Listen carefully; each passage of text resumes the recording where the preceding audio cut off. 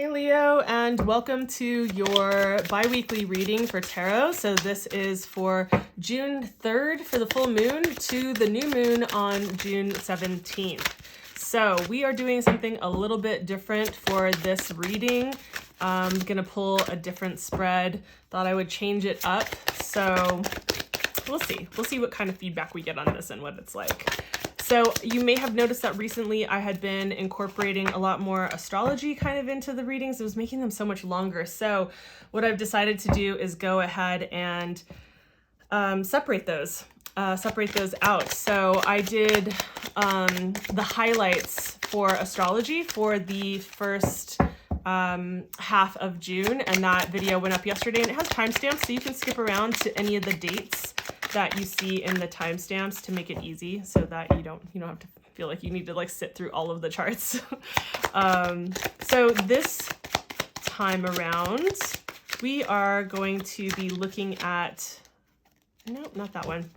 We're going to be looking at a shadow card and from my shadow deck, because as we all know, that period of time from the full moon to the new moon is the waning phase of the moon, which typically is, has to do with themes around release and letting go. It's kind of like the example I've been giving so far in the readings today, so I'll just go with it. For those of you who don't know, new to full moon is waxing, building energy, and so the energy finally gets to like the culmination to the full moon, and it's like ready to burst, and then it bursts. And then right after the peak of that full moon, it's kind of like cutting into a yolk, like an egg yolk over medium, and it just like oozes out. And that's kind of like the energy of the full moon to the new moon. So it can be a great time to evaluate like what types of things need to go, what is not necessary, what needs to be released, what needs to be let go of.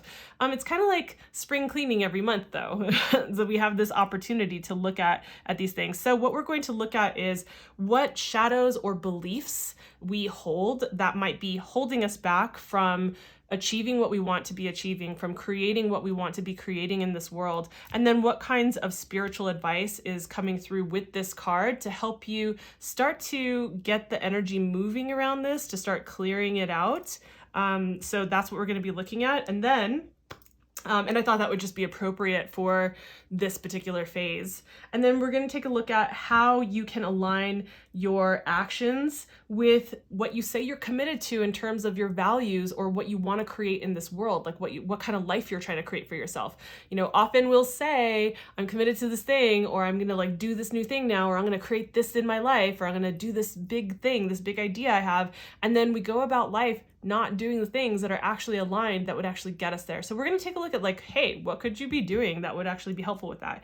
And then we'll take a look at one more card and we'll see like what kind of spiritual advice is coming through for just this 2-week period of time to kind of help ferry you through this 2 weeks. These are short videos, so if you want something that is more extensive, like I said, there's the monthly reading. So, all right, Leo, let's take a look at this. New deck on deck. So, that one was like jumping around like popcorn. Very cool, 10 of Cups. I like that for this particular question. And then what kind of spiritual advice do we also have coming through? I was feeling this one right here. Okay, cool, I love it. All right, so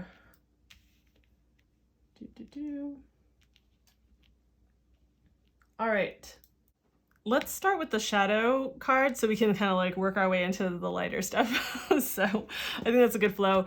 So we're looking at the shadow deck. This is, it's meant to be shadowy. It's meant to be maybe a little bit sometimes triggering for people, but alone in the world. And I really feel like this is kind of more speaking to this idea that, obviously the alone in the world, but that it's all on our shoulders, that it's all on us, that we don't really have any support or help, that where maybe you feel like you're the main person who has to show up to bolster other people, to support them, and maybe you're not feeling like you're getting enough of that on your own. And when it comes to your own endeavors in your own world, you're feeling like, okay, well, I don't want to have to do this all by myself, and it feels like it's all on me. This can also obviously like speak to something that is, well, more obvious, which has more to do with That feeling of aloneness in the world that comes from maybe wanting a sense of like having to have a feeling of companionship, maybe not feeling really connected to maybe a lover, or like to have a love relationship, or even a community of friends of some sort, and feeling kind of that, loneliness that can come. So, and I think either of those could really work. Again, this is a collective reading, right? So take that as you will. And then we have the spiritual advice that's coming through is the Eight of Wands. And I think it's definitely appropriate. I think it's interesting how there is kind of almost this mirror too. I see it at least in their body posture, even though she's not laying down, but like a similarity. And the Eight of Wands is usually about where we have certain beliefs or ideas that would benefit us questioning them. Like they're probably not all the way true or not true at all. This is the ways in which we create a prison of our own making, in our own minds, in our own beliefs, where we shrink and limit our options and possibilities in the world because of what we're telling ourselves is what's true or what's so. So this is like a card that comes up to say like, hey, question your stories. Question what you believe is true. What you think is what it is that creates a limiting position for you is not exactly true. So it's worth looking into. And I think that would help clear away any of the fog, or like keeping you in this belief structure where you feel like it's all on you, or you might feel like alone or a sense of loneliness. And you might think, well, it has to be this way because XYZ, or like, I really don't have any other choices. You back yourself into a corner, right? A prison of your own making. Or like, I only have this or that choice, where really we tend to have a lot more possibility and option. It's just that we may not always like some of the other options because they don't exactly fit what we want. And so we just dismiss them and we don't even consider them, right? So this is about broadening your perspective by questioning your beliefs. When you have I love Byron Katie for this kind of stuff. If you're not familiar with her, you can look her up. But, this is like, is it true? Can I absolutely know that this is what's actually true? Is this factually true, or is this a story that I'm creating around a fact? Often we take one aspect or one of a fact, or we take one fact and we build this whole story and belief structure around what that is or what that means. And that's not always the case. So it's worth questioning and looking at, because I'm seeing, usually when I see this card, it's because if you were to do that, you would see that this is not actually so, and it opens up more possibility for you. So taking a look at this card, which has to do with how can you be in action with aligning your aligning your actions with what it is that you value, with what it is that you're creating, what you say that you're committed to creating for yourself. The Ten of Cups is one of those cards that is very much like, this is the dream. It's the dream come true, right? Whether your dream is to be with a partner and to have 2 kids and to own a piece of land or to whatever, it's not the case, right? This is based on imagery that came through a very long time ago. So whatever that version looks like for you, maybe that's you living in Bali and for the rest of your life in a polyamorous relationship, who knows? Whatever your actual version of this is asking yourself to feel into that vision. And I feel like this is more of a feeling based instead of a pragmatic based approach.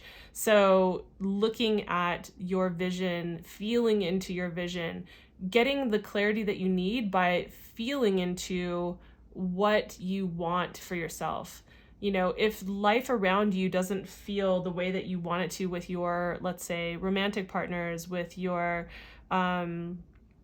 career, with where you live, with your friends and your community, in any of those areas or all of those areas of your life, or with how you are building your life. Maybe you wanted to have a piece of land after all, maybe you're living in a high-rise apartment in a city that's awesome, but you're like, what I really long for is big open fields.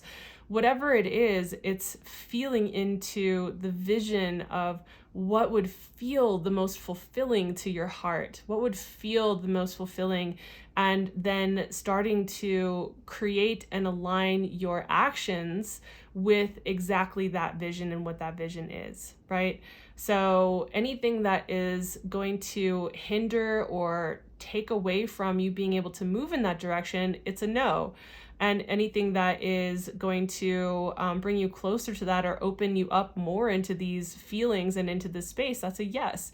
Now, does that get complicated? Yes, it's not always that simple. You might already be in a relationship or, you know, whatever it is, but like you can start to take steps. There are stepping stones and you can start to move in that direction. And the people who are meant to go along with you along the way will, you know, make sure that it's a grounded perspective. I know that we're talking about cups, but just like, you know, this isn't so that you can just like feel into like, I've seen people do this where they feel like, oh, I feel like this is the vision for my life now. And then they just like bring people along the way for this. And they're like, oh, now I feel like it's this way. And it's just like people are on the roller coaster of their life and they're just kind of not really conscious of the impact around them. So that's not what I'm saying. It's more use it as inspiration for what I was actually talking about. Go back and rewind it if you need to. So then the advice that we also have coming through for, again, these are short videos, so I'm trying to keep them as long-winded as I am, I'm trying to keep them short and sweet. So then we have the High Priestess showing up for how to help you navigate the next 2-week period of time. I actually feel like this fits the phase of the moon, you know, that waning phase that I was talking about. You know, the High Priestess really makes decisions from a place of instinct and from her gut and from her intuition. But the reason that she's able to make these powerful judgment calls, to make these powerful decisions and to take action from a place of her intuition is because she can trust that her intuition is grounded and clear. And the only reason she's able to do that is because she's able to sit in a space of quietness with herself. She can create solace and quiet, peaceful, kind of serene internal experience. If you cannot sit with your thoughts and your feelings, then you don't have a peaceful internal landscape. And therefore, how can you trust all of the different intuitive hits that you get? And not to say that you won't ever get them in times of chaos or times where you're just like, go, go, go in life. I do, for sure. But it's not as clear and grounded and powerful and like of a decision when it's coming from an intuitive place, and a felt place, right? When I'm in chaos or when I'm go, go, go, right? So go into a meditative state, go for walks in nature or just walks in general, right? Depending on where you live. Close the door for 30 minutes and be like, everyone in the house, I don't exist for 30 minutes, right? But find the time to allow yourself the quietness to be with yourself, because it is in that space that, you know, if we don't have that spaciousness, the insights have no place to come in through. If we're always like busy in our mind, busy in our thoughts, busy in our emotions, never really able to like sit still, never able to be with the quietness, there's no place for the insights to get into. And so this is part of the message here, right? So, and the reason I say that I think it's really great for this particular period of time with the waning moon is because this can be a time where it's like, yeah, it's a little bit more like inwardly focused and energetically, right? Yes, we're in summer, depending on where you are in the world, right? Yes, we're in this very open time. And also this could be a time of going inward and still being able to balance that with like being out in the world and doing the things that you want to do, just finding that time to carve out for yourself. So I hope that this felt insightful. I hope that this was helpful in some way. If it was, please consider giving the video a like. It does help as I'm building the channel. Also consider subscribing and hitting the notification bell, as I am going to be putting out more videos, experimenting with more things, and I'm starting to do more astrology, things like that. So I will have that up on the screen for you to kind of pick your own adventure, and you can check out the astrology video with timestamps where you can skip ahead to like different parts for the first half of June.